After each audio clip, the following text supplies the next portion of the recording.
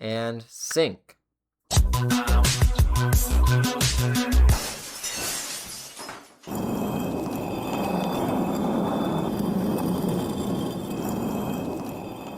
All right, welcome back to the last tutorial right now.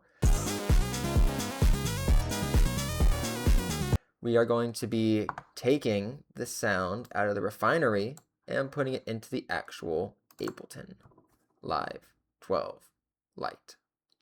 And okay, cut to when this is open. All right, and we're in.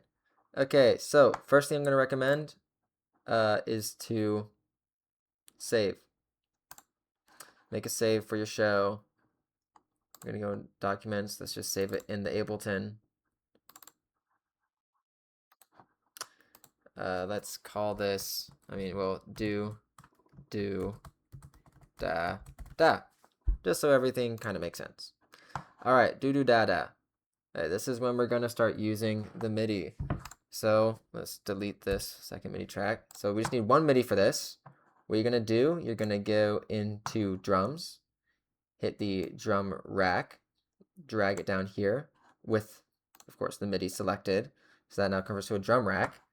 And so you see here, there is a whole bunch of notes.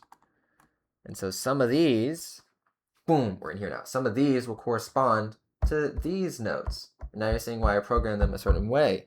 And so back onto this computer, whenever I hit a note, oh my goodness, corresponding. So you see, if I go to bank A on here, 1 through 8, you see, go in a line like that. Swap to bank B, holding shift in the second button. Now it plays these lower 8.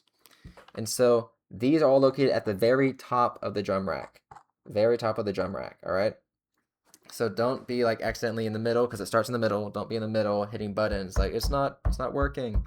Don't worry, just scroll to the top and it will be there, as long as you have everything else right.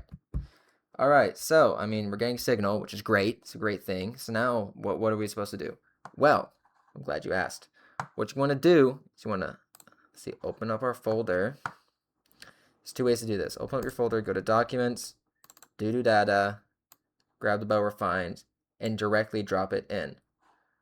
Now that's the way you could do it there. Or you could be cool and add a folder on the side.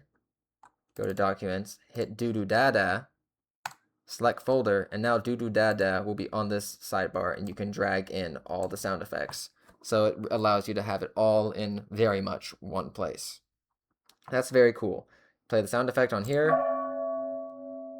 Boom, it plays. Or you can go over here and hit the button, and it plays. And so we have these options right here. We have fade in and fade out. So you can do fade in and outs on here if you want, or in waveform.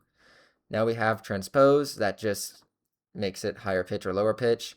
And then this is volume and velocity. Now I talked about velocity before in the first video. This is basically where when you hit the button softly, the volume will be soft. If you hit it loudly, the volume will be loud. And so let me give an example of this. Let me make this 100%, which means that if I barely tap it, it will barely make a noise. 100% is the biggest difference. 0% is no difference. No matter how hard you hit it, it's going to be the same volume each time.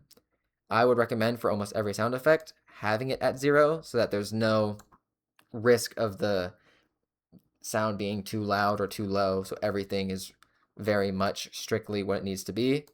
But let me put to 100 just to demonstrate. All right, I hit it softly. Very quiet. Hit it loudly. Very, very loud. So that's great right there. That is practically all you need to really do when it comes to sound effects. And so now you can load in as many as you want. And then on here, you can get tape underneath or above, label what each sound effect is, or on the button itself. I'm not one to stop you. And so then during the show, you can play sound effects. You can see if I turn this to 0, it doesn't matter how hard I hit it. It's going to be playing the same sound, same volume. So that's pretty cool. That's nice. Remember, on the MIDI, it has to be a MIDI track, and it is the drum rack, and you can drag in up to 16 sounds. Up to 16 sounds for this Archeria.